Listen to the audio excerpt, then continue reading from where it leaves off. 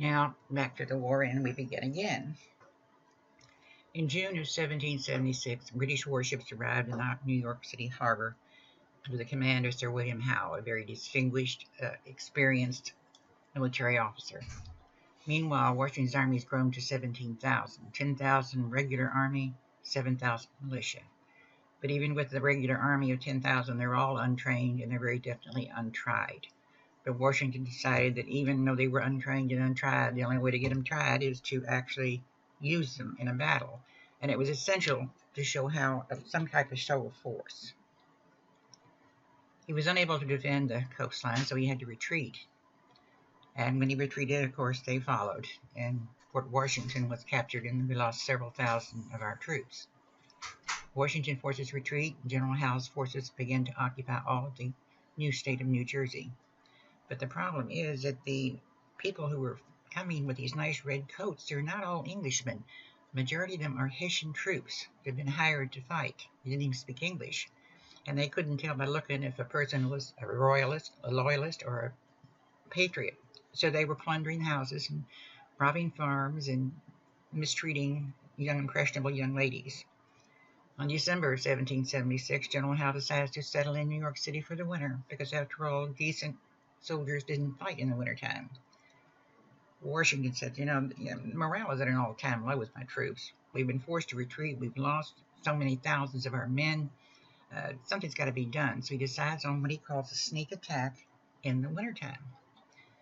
He decides to attack Trenton and Princeton, New Jersey, on December the 26th, which is, holidays, Christmas. Nobody fights war at Christmas. Well, he did. It was a complete surprise, and over 900 Hessian soldiers were captured and 30 were killed. We didn't lose one of the regular troops. And when they started going through the clothing and stuff of the officers in charge, they found a note that they had received saying that Washington was going to attack, but nobody believed it because nobody attacks in the wintertime, especially on Christmas. Well, Washington then settles at Morristown, New Jersey for the winter because it is wintertime and it is colder than a well digger's hands. Let's get just a little bit more into the types of Continental soldiers we had. The state governments, the new state governments, are responsible for filling the quota. Now, farmers with families would sign a short-term contract of probably 3 months. Now, let's be honest about it. You can't even get a military man trained in 3 months. The footloose and single soldiers were signed up for longer.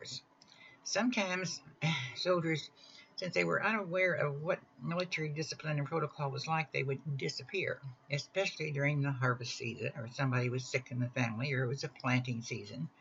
They didn't understand that this was desertion. And there were women attached to the army. But when all was said and done, an unwieldy army, but there was an unlimited reservoir of people to do things. Now let's talk a little bit about a man named Gentleman Johnny Burgoyne. General Burgoyne was I guess you'd say he's almost a dandy in England. And he had a plan to make himself a hero. He comes up with his plan and goes to the commanding general over there in England. And he says, this is my plan. He says, if I go into Canada and take an army of redcoats and go down through New York and have General Howe come up from New York to meet me, we'll cut off the rebels' head. And in fact, we'll split the whole colonies. It was a good plan, and if it worked, General Johnny Burgoyne would be a hero, and he'd get all the credit. Well, General Howe hears of the plan, and he says, I don't like this plan. I'm not moving. So he stays in New York City, and then he takes Philadelphia.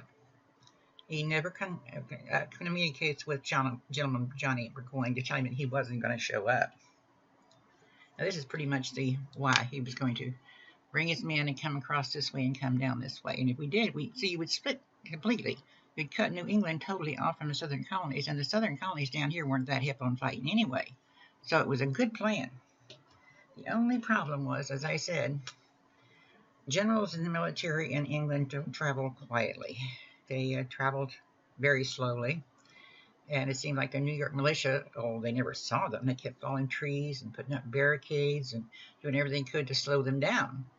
And the Hessians, not knowing the lay of the land, were sent out to look for food because they were taking so long they ran out of food and they didn't come back. But Burgoyne never seemed to bother him that he'd lost almost 900 Hessians. So he leaves Montreal in June, and by October, he finally reached Saratoga, New York. He should have reached it in about 3 weeks, but it took him all that many months because of all the hazards that the militia kept putting in his path. Well, in Saratoga, he met the main force of the army of the Continental Army, and they were defeated, and over 6,000 redcoats were captured. Well, you think this didn't stir up good feelings. France and Spain and the Netherlands had been sending help, but doing it secretly. And France had stated that if once we prove we're in for the long haul and we could win a battle on our own, then they would officially come out in the open and declare war on England, and be with us. So the Battle of Saratoga sealed the deal, and France declared war on England, and that was a big turning point. We now had the foreign aid that Washington so desperately needed. Now England cannot just focus on the colonies. She's got to take care of the other countries, Spain and the Netherlands and France too. So Henry Clinton was replaced General Howe, because General Howe wasn't doing a good job, they thought. But then Sir Henry Clinton, well, he's got one good idea. He says, there's so much problems in the New England area, what we need to do is come up with another plan. Let's go south. I've heard that there's plenty of loyalists down there. So that's what you call the Southern strategy. He's going to leave a small force in New York and take the balance of his men and go to the south. June 1778, he takes Savannah. In late 1779, a year later, he attacks Charleston, and there's a siege. Well, after a while, I mean, the city's running out of food. It can't get any food in the harbor, and the man who was in charge, General Ben Lincoln, he surrenders. So between late 79 and it was almost a year that they managed to maintain. But pretty soon, when you run out of food, you got to do something. So now they have the South. So that's the Southern strategy. You take the South. And that's what they did. And they did have some loyalists show up. But the redcoats were spread throughout South Carolina. And a lot of South Carolinians renounced their allegiance to the U.S. because, if you're going to kill me if I'm a patriot, then I think I'm going to become a loyalist. General Clinton even forms a loyalist regiment of people who were South Carolinians who put on redcoats and fought for the English. But the women helped form societies to help supply the rebels because, and this is what I don't understand, one group of women in New York had come up with enough money to buy shirts and stuff for the Continental Army and even give them some money because pay was not coming. The state governments were not forthcoming with as many men as had been promised or the pay because they were supposed to supply the army, but they were not doing a good job. And he refused. He refused. The British began to offer the slaves freedom if they will join them, and a lot of slaves did leave the plantation and join the redcoats. So then Washington gives Southern command to General Nathaniel Greene of Rhode Island, who really was a Quaker. And when he gets down there, he's appalled by what he sees. Everybody, the English and as well as the Patriots, who were little guerrilla groups operating down there, they were doing a scorched earth policy, which meant if they couldn't use it or take it with them, they destroyed it. So he makes nice with the local governments, tells them how much he's going to need their help and what he can do for them. He talked to the Indians and explained to them this is a family fight between our mother country and us. And, it's a family affair, so you don't need to be involved. And some of the Indians actually backed off. He took command in December of 1780. Meanwhile, the war is taking another turn. The battle at King's Mountain in October. Over the mountain men kick butt. Now, let's be honest about it. These are mountain fighters. You're at a mountain, and the men are on the mountain, and the redcoats are trying to come up the mountain. Well, I haven't got a blackboard to show you, but let's do this. Okay, you are up here on the mountain. You've got your position. You've got redcoats that's going to try to come up. Well, you've got an excellent shooting position. You can shoot right down at them. It's like shooting fish in a barrel. So they won. January 1781, General Greene brings General David Morgan to take Tarleton's Legion. And General Tarleton, like I said, if you saw the movie The Patriot, you saw what a mean man he was. He was good looking, he was young, he was egotistical, he was also a bloodthirsty son of a gun. He operated on the philosophy, take no prisoners. And Here's a little film, and we don't have as many of this section as we did last section, I promise you. This will tell you about the Battle of Cowpens here in South Carolina.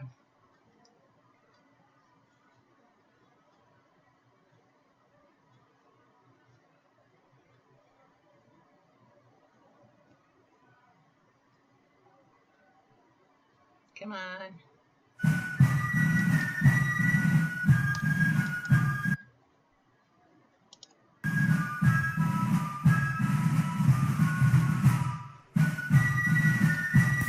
By 1779, the American Revolution had become a stalemate. The British were unable to destroy Washington's army, isolate New England, or convince the rebels to give up the struggle. They had lost an army at Saratoga and evacuated Philadelphia. They determined they would hold their position in New York and shift their efforts to the south.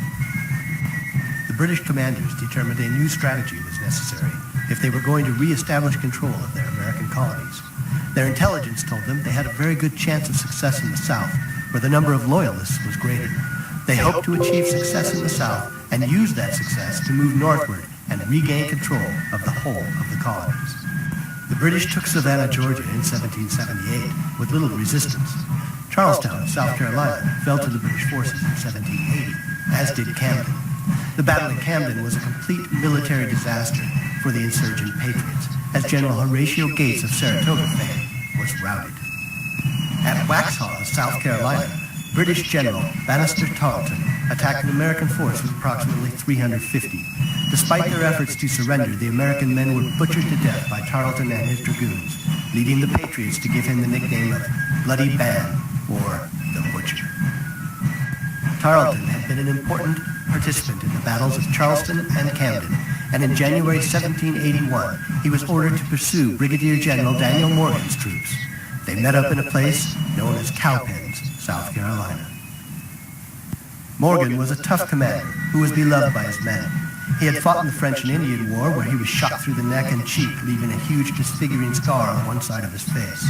He also had an incident in which he assaulted a British officer, an offense for which he was given 500 lashes on his back, leaving his back a mass of scar tissue and causing him to walk with a bit of a limp. Had he remained in the British Army, Morgan would never have been more than an infantryman, but he proved to be an invaluable leader for the Continental Army. Morgan demonstrated those unsurpassed leadership skills during the Battle of Cowpens. Morgan deployed his men along the main road in Cowpens in 3 lines, using the undulating topography to conceal each successive line from the onrushing dragoons. He placed sharpshooters in the first line, hiding behind trees.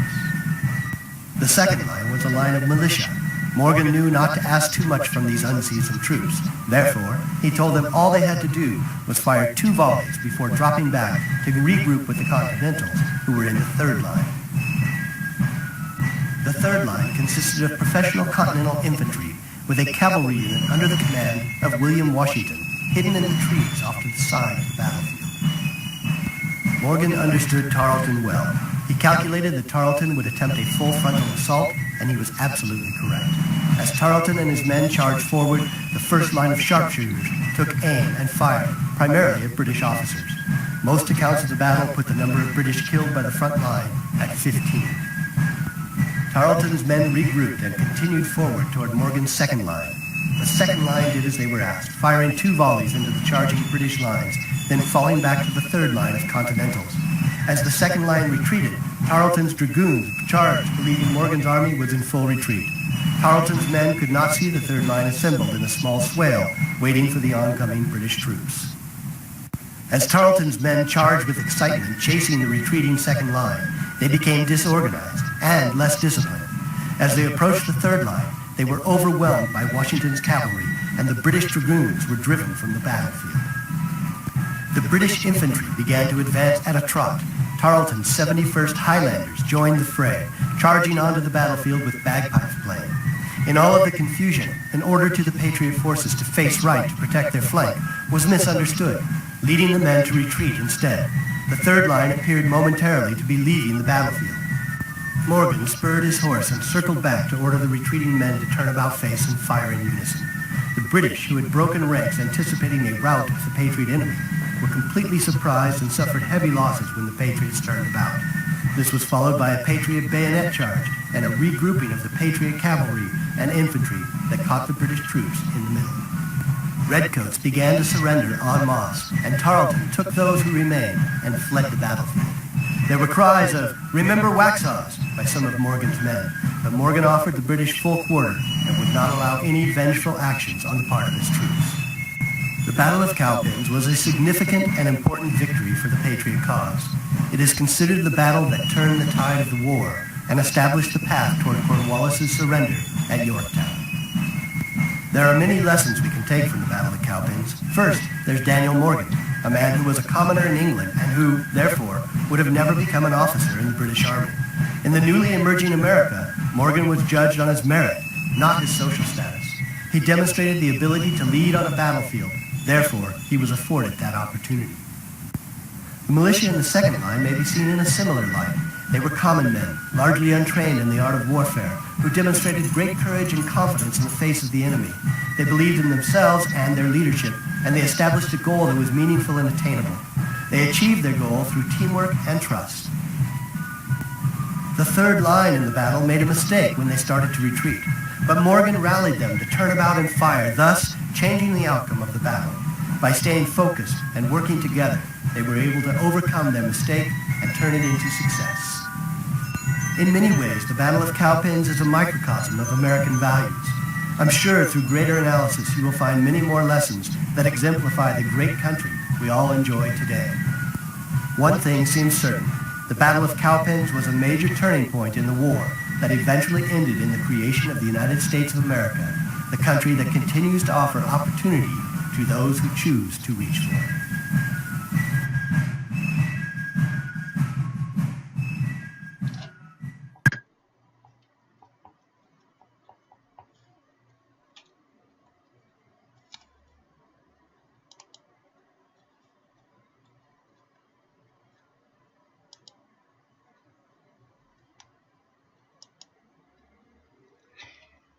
It wouldn't hurt to remember General Morgan's name, and by the way, my apologies, I thought I had my phone off.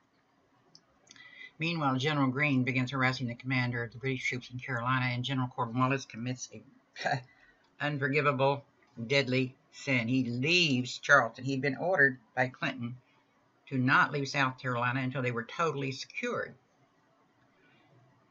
Cornwallis had been ordered. And after running out of supplies and not capturing General Greene, he finally retreats to Virginia to await the English ships with supplies, which was a big mistake. Cornwallis was an egotistical SOB. General Clinton was a man who should not have been in charge, but he was. But he had this habit of dallying with his junior officers' wives. And there was one who was an aide to him, who his wife was always in conference with Clinton in New York, and Clinton didn't always receive his dispatches from Cornwallis, because Cornwallis had sent him several dispatches saying, "Hey, I need help." Clinton didn't get them. Finally, instead of the English ships with supplies showing up, it was the French that showed up, and Washington decides it's time for a showdown. The French are here with mass and surround Yorktown and force a surrender. 4 years and 2 days after Saratoga, Cornwallis was forced to surrender, but he didn't surrender himself. He sent one of his underlings out to surrender. Now England decides she's had enough, and King George says, okay, end it. See, he also said end the 7 Years' War in 1763, too, but he doesn't like war to begin with. We signed a temporary peace treaty in November of 1782, but the formal treaty was signed in September the 3rd, 1783, almost a year later. It takes a while to get everybody, the dignitaries and everybody, into Versailles. Well, at the end of the war, we could not believe all the land that we'd been given.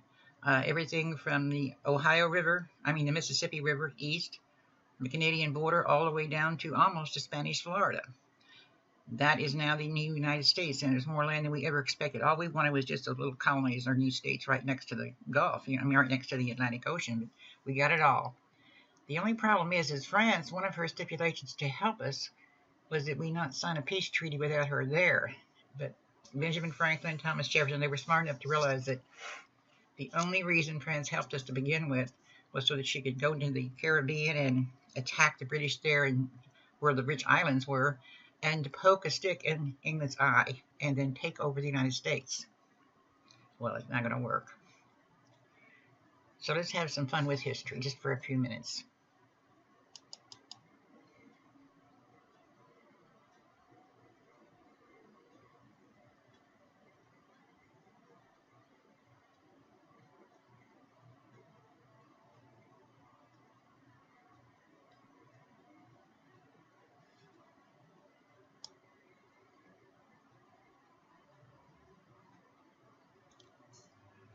The fun I wanted us to have was to learn just a little bit about